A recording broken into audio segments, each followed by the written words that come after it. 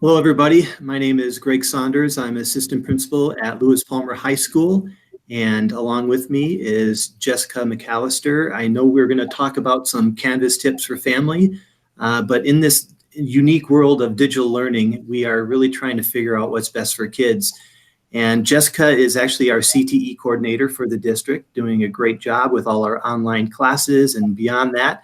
But that's not why she's here. She's here as a mom, ready to support you all and wanting to talk about an app or a tool for you to use with your family.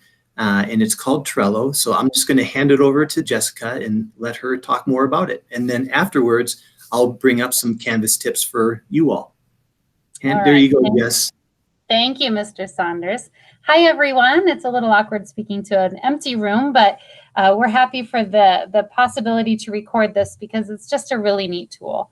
As Mr. Saunders had mentioned earlier, I am an employee of Lewis Palmer School District, but I'm also a mom, and I'm a mom of students in the middle school, and I'm an aunt of a boy who's in the high school level. And so this all came about actually last spring, when my nephew and my brother, we were having a conversation, and he was having just a really hard time managing his time and staying organized when we were all the way in remote learning. He's in a different school district, and we just did some brainstorming, and into my mind popped a tool that I've used as a professional that then turned out to work quite well as a human and as a mom and as an aunt. So I do want to say that this tool, it's called Trello, spelled Trello.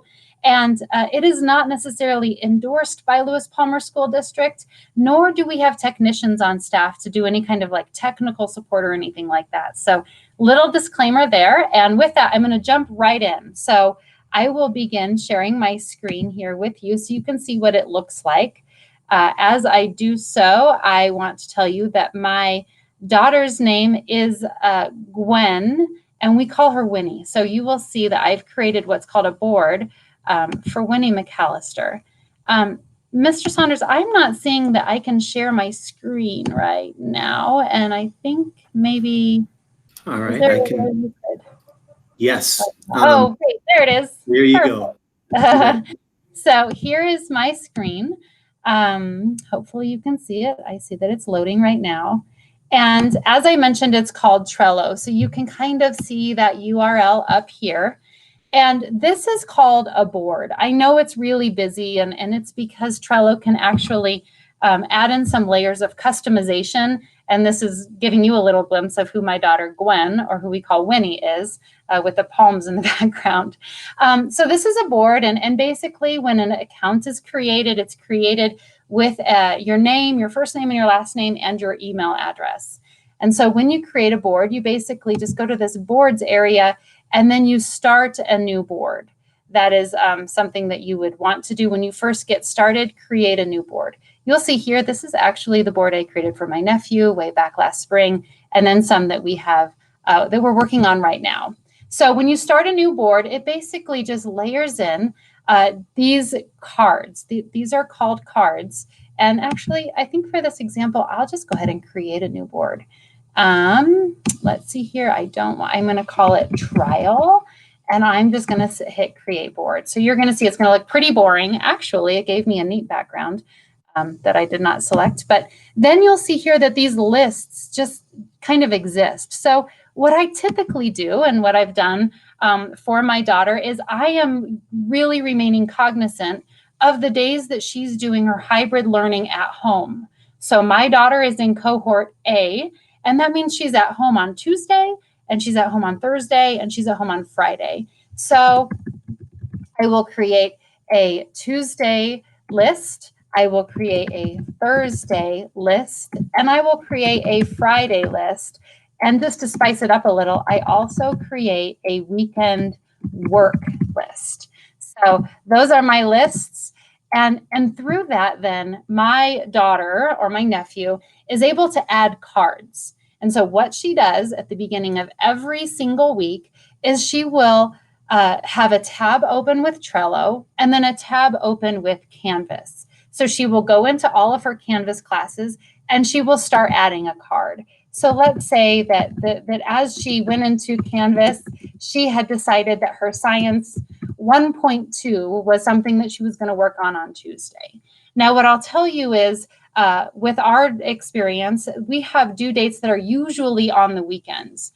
And that's all well and good. But what my daughter was having a hard time doing was really strategizing her week so that she wasn't letting everything pile up. So in addition to creating a card, she was also creating a label. She was, deciding to make all science things green.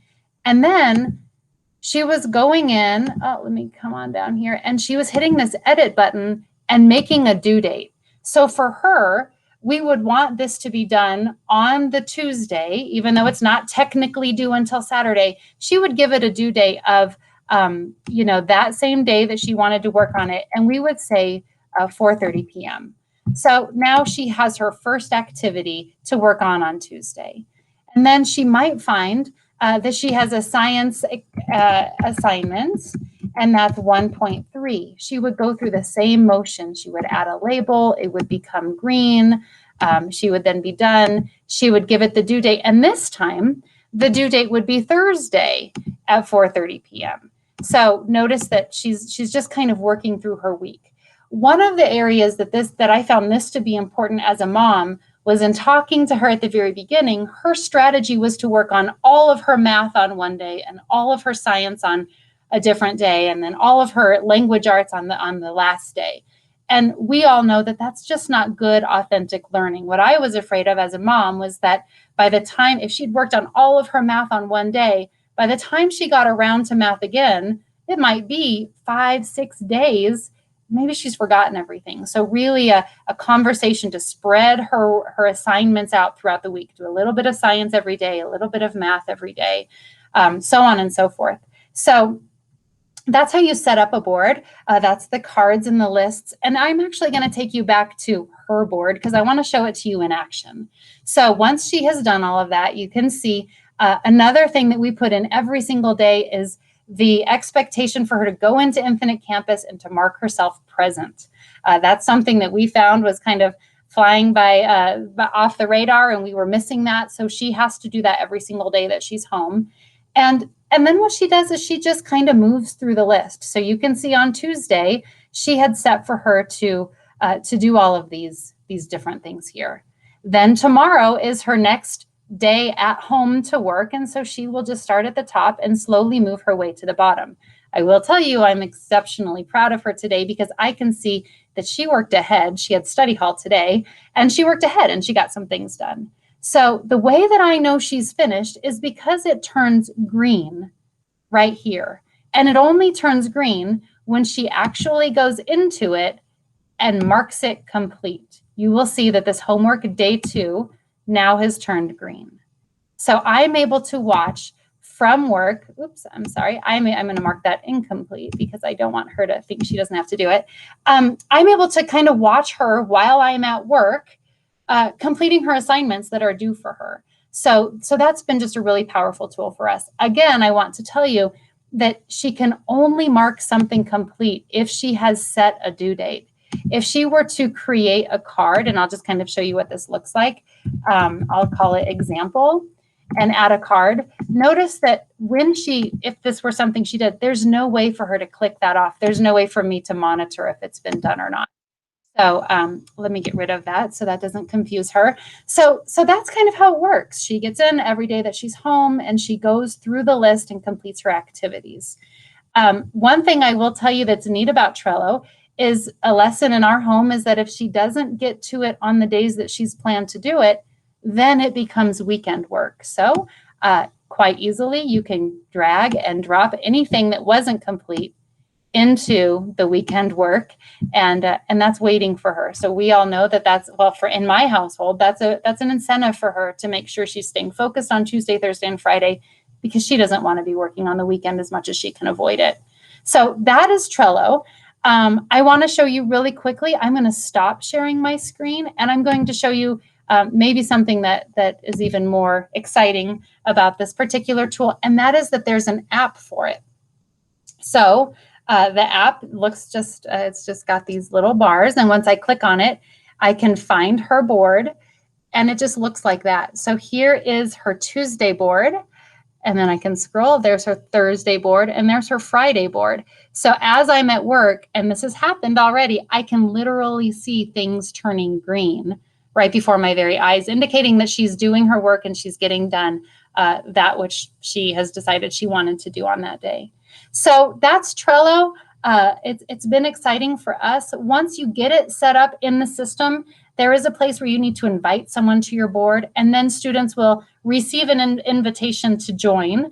And it's again going to ask them for their first name and their last name and their email address. So it's been powerful for us. We are using it so far. We have not been charged. I do believe if you get to the point of having multiple boards, like more than 10, all of a sudden a charge comes in. So what we do is we just wipe the week's board clean, every fresh slate. We don't create a new board and then create it. We actually will just get rid of the last week's board and reuse it. So that's Trello. I thank you guys for letting me come in and tell you about it. It's too good not to share, and good luck to you. I think they have great help videos and great support videos. As I mentioned earlier, not necessarily a platform that's supported by Lewis Palmer School District, nor do we have the technicians that are really equipped to support families with it. But they do have some good help resources, and I hope you find it useful if you decide to use it. That's Perfect. it. Well, yeah, thank you, Jess. I appreciate it, and hope you have a good rest of your night. As a mom, I'm heading to soccer practice, as so many people. All right. We'll see you later. Bye. Yep. Thanks for having me.